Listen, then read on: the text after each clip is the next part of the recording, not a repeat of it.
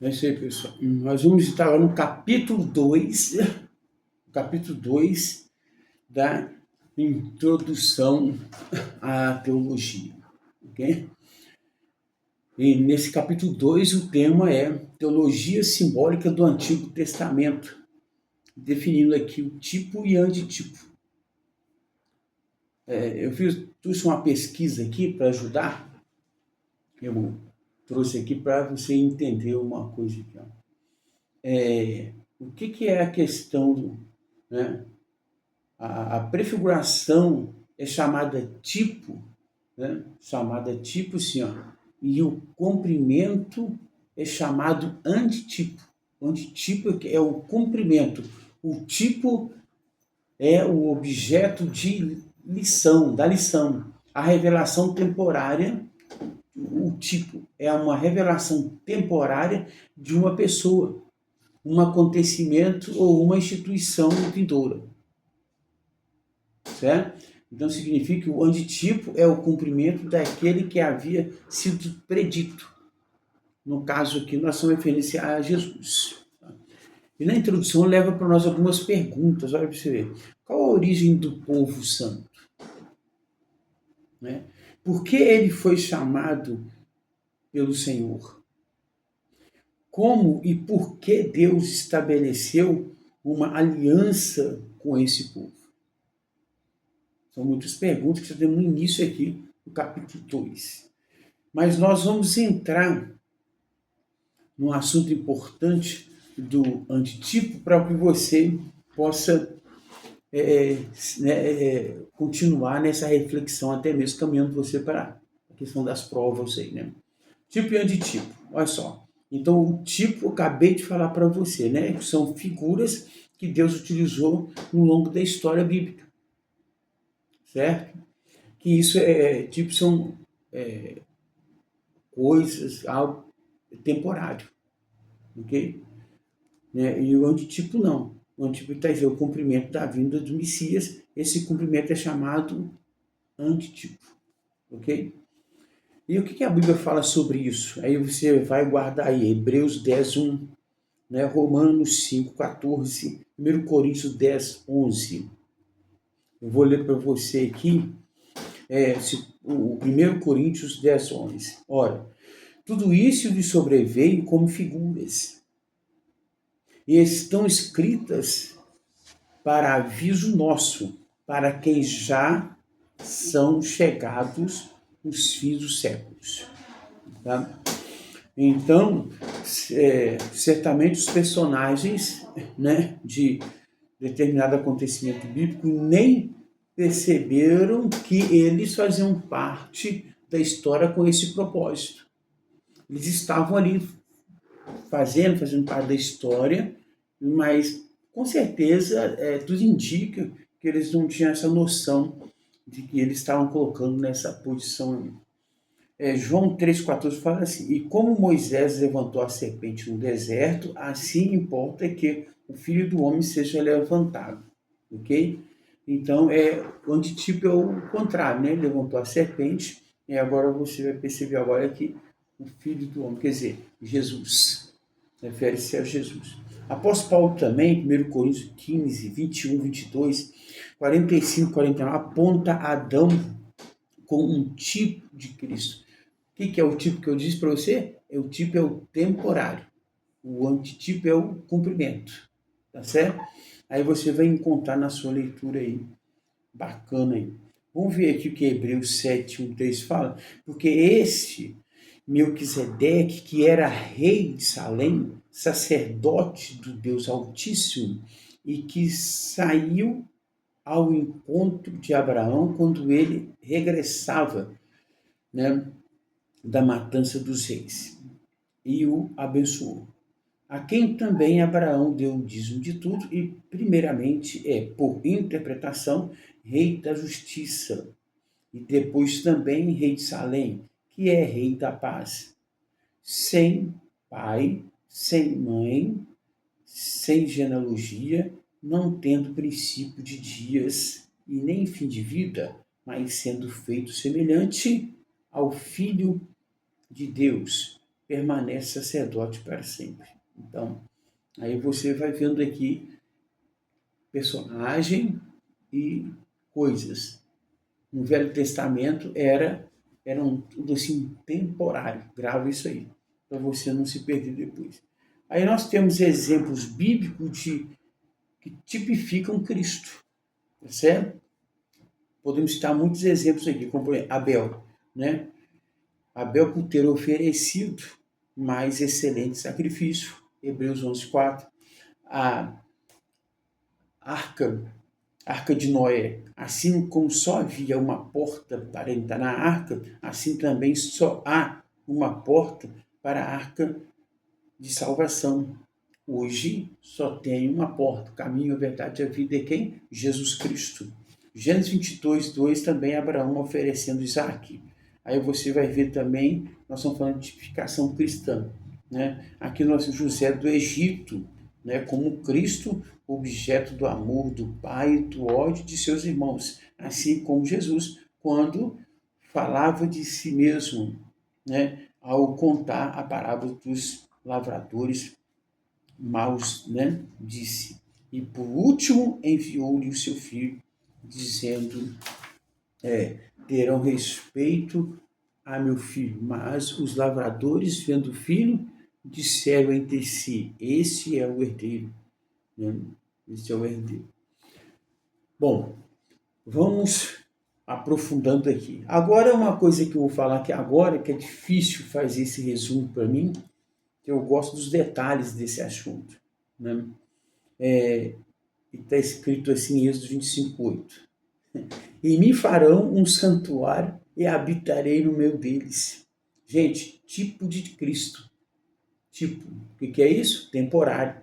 O tabernáculo, uma representatividade forte no Velho Testamento com relação à questão a Jesus, né? O tabernáculo era o quê? Um tipo de Cristo. Um tipo de Cristo. Tipo é o quê? Algo temporário, mas muito forte, marcante na história, e nós aprendemos muito olhando para o tabernáculo.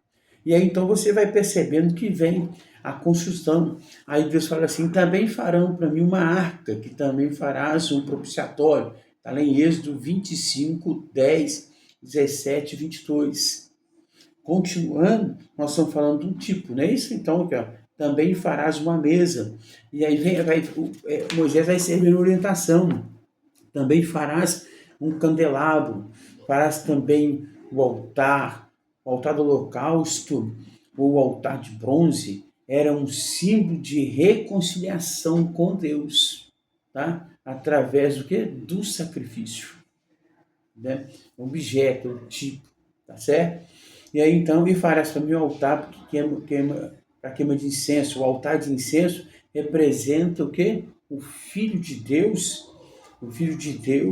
em sua natureza humana. Farás também uma pia de bronze. E aí nós temos um contexto bacana. Isso nos ensina a apresentarmos-nos diariamente a Deus. Nos dá uma lição aqui, né, de continuidade constantemente em Deus. Agora o que acontece? Contextualizando o sacerdócio e o sacrifício à vida cristã. Vamos lá? Os 5 principais tipos de sacrifício. Mas antes eu quero falar com você aqui, ó, estudando a seguir a instituição do sacerdócio e dos sacrifício, não será possível vislumbrar, né, o propósito de Deus para com seu povo sendo revelado em cada detalhe, e nos conscientizamos sobre a relação que os mesmos têm com realidade na nossa vida cristã. Vamos lá por 5, então. Olha só, o propósito aqui e o significado desses 5 sacrifícios. Aí nós vamos ver aqui, ó, o holocausto em Levítico 1, né, era voluntário. O seu propósito era o quê? Expiar os pecados em geral. Temos a oferta de manjares, que era voluntário, mas tinha por propósito demonstrar honra e respeito a Deus. Quer dizer, em adoração. Então, quer dizer, reconhecendo que todos pertencemos a Deus. O sacrifício pacífico, voluntário, o seu propósito era de expressar gratidão, né, a Deus. Tá? Simbolizava paz e comunhão com Deus. Falta 2 aí. Oferta pelo pecado.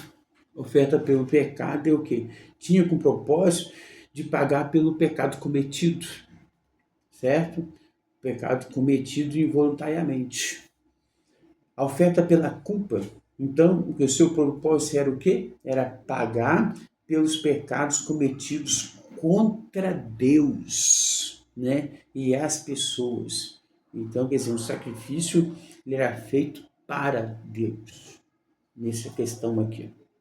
Vamos fazer um paralelo entre o sacrifício do Antigo Testamento e do Novo, para você entender alguma coisa, como por exemplo, olha que interessante. No Antigo era temporário, aí você vai ver em Hebreus 8:13, mas no Novo Testamento é permanente, Hebreus 7:21.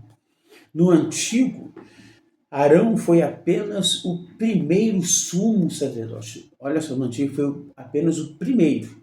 Mas quando você olha para o Novo, você vai ver que Jesus é o único sumo sacerdote. Tá? Hebreus 7:28. No Antigo, era da tribo de Levi. Né? Quer dizer, era da tribo de Levi, Hebreus 7:5. Mas o Novo, né, da tribo de Judá. Pegou aí? Então, Hebreus 7:14. No Antigo era ministrado na terra. Você vai encontrar em Hebreus 8:4. No Novo foi ministrado no céu. Hebreus 8:1-2 e 9:24. Okay? No Antigo era efetuado com sangue de animais. No Novo Testamento é efetuado com sangue de quem? Com o sangue de Cristo. Hebreus 9:14. No Antigo requeria muitos sacrifícios, Levítico 16.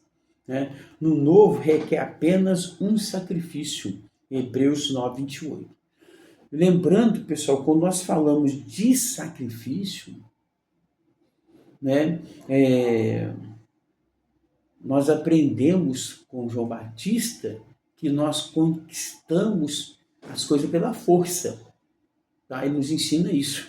Então, não perca a oportunidade quando alguém falar com você, não existe sacrifício mais, assim, tudo na vida tem um sacrifício. Você tem que entender aqui a questão desse sacrifício com relação ao que se trata no Velho Testamento a respeito desse sacrifício, ok? Aí você tem que entender a expressão de um sacrifício lá no Velho Testamento e agora se comparando com Cristo, ok? Não se compara conosco, com Cristo. No Antigo era necessário animais perfeitos. No Novo é necessário uma vida perfeita. Aí Hebreus 7:26. E no Velho, Levítico 22:19. Tá? No Antigo, exigia cuidadosa aproximação no tabernáculo, uma cuidadosa aproximação do tabernáculo, Levítico 16:2. Mas o Novo encoraja a aproximação confiante, olha só, no trono, Hebreus 4:16. Vou voltar aqui na vida perfeita, né? É necessário uma vida perfeita. Lembrando que quando não tinha o animal perfeito, não era um animal só comprar ele perfeito. O animal tem que ser gerado, cuidado, nascido ali na família, cuidar dele até chegar na idade dele ser sacrificado. Não era só comprar o animal, não, você tinha que cuidar dele, né, zelar por ele, e ali para ele gerar um valor dentro da família. Tá? Pesquisa aí que você vai gostar dessa parte aí também. Bom, vamos lá? Aí então sobre o método. Tá. No Antigo, olhava para um novo método de sacrifício. Olhava para um novo método. Para o novo. Agora, no Novo Testamento, né, olha só, põe de lado o antigo sistema. Bacana? Então, verdadeiros cristãos são sacerdotes espirituais. Isso é muito importante. Né? Importante. Os verdadeiros cristãos são sacerdotes espirituais. O linho fino com o qual toda a sua roupa deve ser confeccionada são as atitudes justas dos santos. Isso, aonde que encontra isso? Apocalipse 19:8. Ok? Nós temos alguns tipos de sofrimento dos filhos de Deus. Olha só, foi relacionado aqui, né, algumas as coisas, né, que exemplificam os tipos de sacrifício do Filho de Deus. Queimar o corpo de um animal era uma frágil representação da misericórdia, né? Ou melhor, da miséria eterna, que todos merecemos e que o nosso Senhor levou no seu corpo. O animal oferecido deveria ser sem defeito, significado a força e a pureza. A força e a pureza. Deveria ser oferecido na porta do tabernáculo, onde estava o altar de bronze. O altar de bronze é onde que era o altar do sacrifício. Tá? O ofertante deveria colocar sua mão sobre a cabeça, né, da oferta, significando o seu desejo de esperança de ser aceito. O animal deveria ser morto diante do Senhor. Isso aqui significando também que a carne do cristão deve ser crucificada. Para crucificar a carne, o que é isso? É fazer algo para que ela seja santificada. Santificada, purificar. Ok? E aí sim você vai vendo aqui.